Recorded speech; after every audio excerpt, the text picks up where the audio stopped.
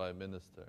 And I would like to continue from where Minister stopped. I think we heard about a vision that we are entering a new world, specifically in how do we communicate and how do we handle our communications. Let me just go a bit deeper and share with you a vision that if we start thinking about the 21st century and the life of our children and grandchildren, it's going to be different not only because the way we will communicate to each other, it will be dramatically different in many aspects. The humanity is entering an era where we will have learned how to get to the outer space from this earth, probably to travel and to use the natural resources of near planets and other objects. We are humanity that has learned, and probably in the 21st century will start getting energy, not just burning hydrocarbons, but getting energy from biobacteria, solar, wind, and water. So we are sort of entering in post-industrial area. And after, as historically happens, every new era in the history, like the industrial one, creates also huge opportunities. Those nations who are prepared for that, like industrial era, those nations who had the capability of producing industrial goods, products, and trading, had the great advantage, created great empires. So there is an opportunity for everybody in the 21st century. Small nation, big nation. It's not about the size now. It's about capacity, talent, how quick you are, and how creative you are, and how visionary you are. And with these words, I'm coming to someone who is creative and visionary, who has shown during his life, someone that I know briefly, but have met him several times in my capacity going to the last 10, 12 years to the World Economic Forum, and meeting this wonderful gentleman who is very visionary, very creative, as for several years as the co-founder and visionary leader of a company that started here in India, probably, if I'm not mistaken, in 1981, eventually became a global company. And now, there is no need to further introduction because Nandan is very well known worldwide, but now he has taken over another challenge. Very brave, someone who is very, very successful in private sector, taking over a government job. You have to be really brave. And I wish him good success, because I'm someone that started in government, went into business. So I know the challenges the other way around. So he is now the chairman of the Unique Identification Authority of India, and he is also the head of Technology Advisory Group for Unique Projects. I think both of them are unique, and both of them are challenging, and of course, both of them are worth it. The challenge that we are facing, as we saw today, for the first time, humanity is facing a challenge or a project or a problem where the governments alone cannot solve, because this is not a nuclear confrontation between East and the West, where the governments were the leaders. This is a challenge. This is a global risk, which is basically has a tremendous scale from one quantum, which is one human hacker, up to the scale of state and interstate relations. With that introduction, I want you to give your ideas and share with us your thoughts.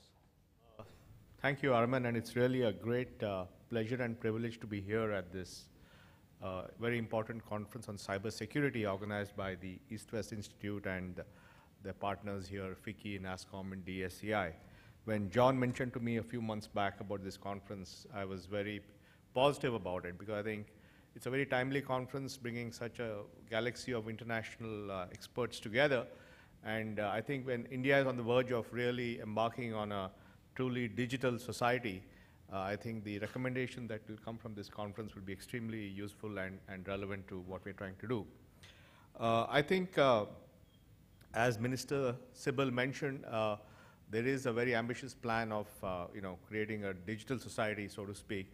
And I think the thing in India is that it's not just about providing it for normal kind of applications, but seeing whether there's a strategic development paradigm which you can create using today's technology, which in some sense allows you to leapfrog over many other situations, precisely because you don't have a legacy of technology and you have a fairly greenfield situation, and therefore is there a way to think differently and create solutions and architectures and approaches which can take you directly to the next level. That brings me to what I'm doing, which is, as Arman mentioned, I was assigned this project to give a unique number to 1.2 billion Indian residents. The reason, the purpose of this is really because India even today has a large number of residents who don't have an acknowledged ID or an acknowledged record of who they are. They don't have a birth certificate, or they don't have a school certificate. They don't have often an address. Or even if they do have a document, it's a provincial or a state level document. And in a country where there's increasing aspirations, increasing mobility, increasing migration from rural India to urban India, from north to south, and so on, lack of a portable identity which is nationally recognized actually becomes an impediment for your work. So in a population of 1.2 billion people, you have just about 50 million passports, maybe about 200 million driver licenses. So really you can see that a large number of people need something differently. So one of the reasons this project was envisaged was to address the challenge of giving everybody a basic identity. But having said that, there's another aspect to it, which is that India is in the process of building its welfare state. In the last 10 years, there's been a huge expansion in the welfare state, in programs in education, in health, in guaranteed employment, in pensions, in scholarships, and so forth, in subsidies which are over $100 billion in size. And increasingly, as the social welfare safety net started expanding, it became very clear that unless the underlying identity of the beneficiary was properly and robustly identified, there was potential for wastage and fraud and diversion of benefits meant for the genuine beneficiary. So the second big driver for what we were doing is that how do we create not only an ID system, but link it to a payment system which allows the government to accurately credit money or goods to people's accounts in an unambiguously verifiable way. So that was the second big reason, because that's all about making the use of public funds more efficient and more effective and more equitable. The third driver, which is that since as you're going towards more of an online environment, more of a digital environment, more of a cyber environment, where increasingly government services and other services will be provided online, you had the requirement to create a digital ID which allowed verification online of people's identity, real identity, and therefore you had to build a system that allowed that real identity verification thing. And finally, given that if you are able to create a digital identity on the cloud, then you also not only create portability of various services, you also create choice in the hands of the resident. And for us, using the technology to make residents empowered to exercise choice was very important. So really there are four drivers to what we're doing: giving ID to a lot of folks who don't have ID, making the expenditure of public money on entitlements and subsidies more efficient, creating a digital platform of identity to enable the digital delivery of services, and fourth is empowerment of people's choices in the exercise of those services. So this is something we have now been embarking on for 3 years. We have enrolled 210 million people already. By sometime next year, we'll have enrolled about 400 million people, and by sometime the year after that, we'll have 600 million people enrolled, which means 1 out of every 2 Indians will be enrolled by 2014.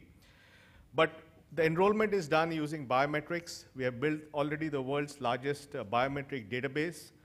We have the two iris and all the 10 fingerprints of every one of these 210 million residents. But this is used mainly for deduplication. The idea is if somebody does not have an ID, we want to give them a unique ID, then the only way is to deduplicate and make sure that a person does not get more than one ID in our system. So what that means is that today if you enroll, say, 1 million people into our system, and we have a database of 210 million people enrolled already. Each of these million records is compared against all the 210 million records to check whether it's a duplicate or not, and that's done every night. So it's a fairly large system using essentially an internet architecture. So this allows us to create an unique ID, but also because it is a digital ID, it provides verification online. And I think this is where we are extending the concept of authentication, because I think all of us are aware that authentication, basically one is you can authenticate based on what token you possess, right? You have a debit card or a credit card or a cell phone, you can authenticate based on what you have in your hand, or you can authenticate based on what you know, like a PIN number or password. But we're also now providing authentication based on who you are by providing online authentication of identity using either a fingerprint or the iris. So we're providing an online ID verification. So we're also building this as an open platform, which allows you to mix and match various authentication methods. And therefore, depending on the security of your application, you can choose a more robust set of authentication factors. So the fact that you can now build authentication systems which are based on what you possess, like a debit card or a phone, what you know, like a password or a PIN, and who you are with the biometrics of fingerprint or iris, gives you new degrees of capacity to build much more secure and robust online systems. So that's part of the architecture of what we're doing. And because this ID is online, it's on the cloud, now the ID can be verified anywhere. So we're building a nationally portable system. So somebody gets an ID in one part of the country, he goes to live in another city, the ID travels with him on the cloud, and he can verify his ID on the cloud. So that kind of mobility is very, very important for what we're doing. And then what this also does is, because it's linked to a bank account, therefore when, let's say there's a government program which has to transfer a particular benefit to an individual, all that the government program has to do is to send money to the ID. And then somewhere in the back on the cloud, that ID translates into a bank account and gets credited. So this, you can basically do straight-through processing of electronic financial transactions. And also because the ID is on the cloud, if I have multiple locations where my ID can be verified, I can now have choice. For example, if I have 2 locations where ID is verified for me to withdraw money from my bank account, then automatically the customer gets a choice of going to either location. And therefore, the empowerment that happens because people have that choice. So there are multiple drivers that are driving this whole architecture.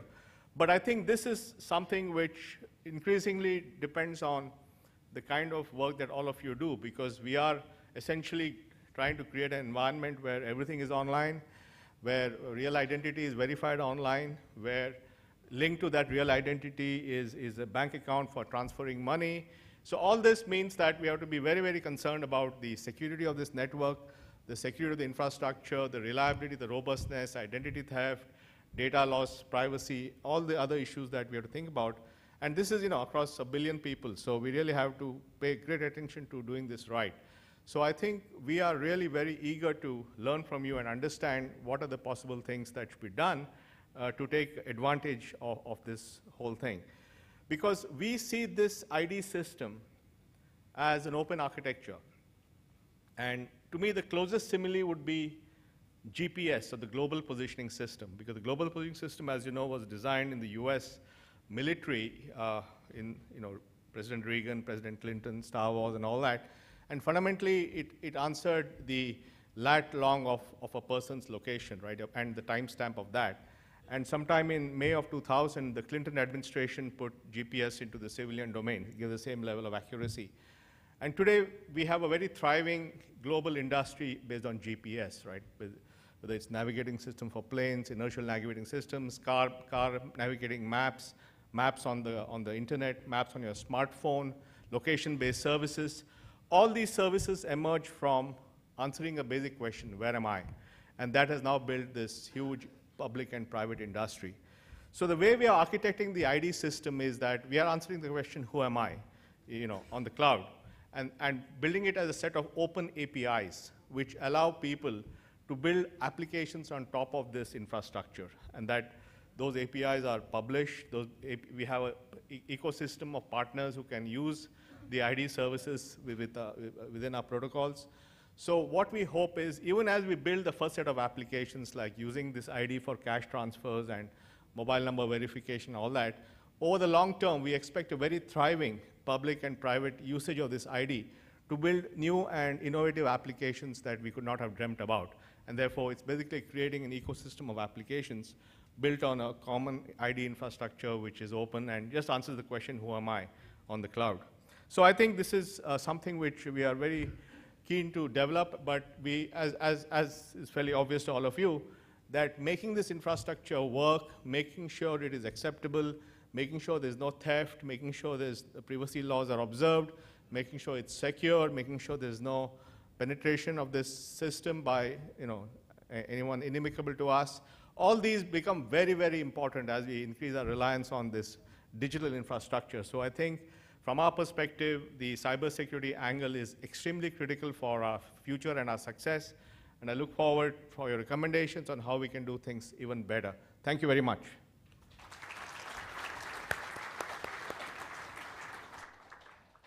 Well, thank you very much for this very interesting but short description of what you are doing at the UIAD. I think very briefly you gave us a full prospect.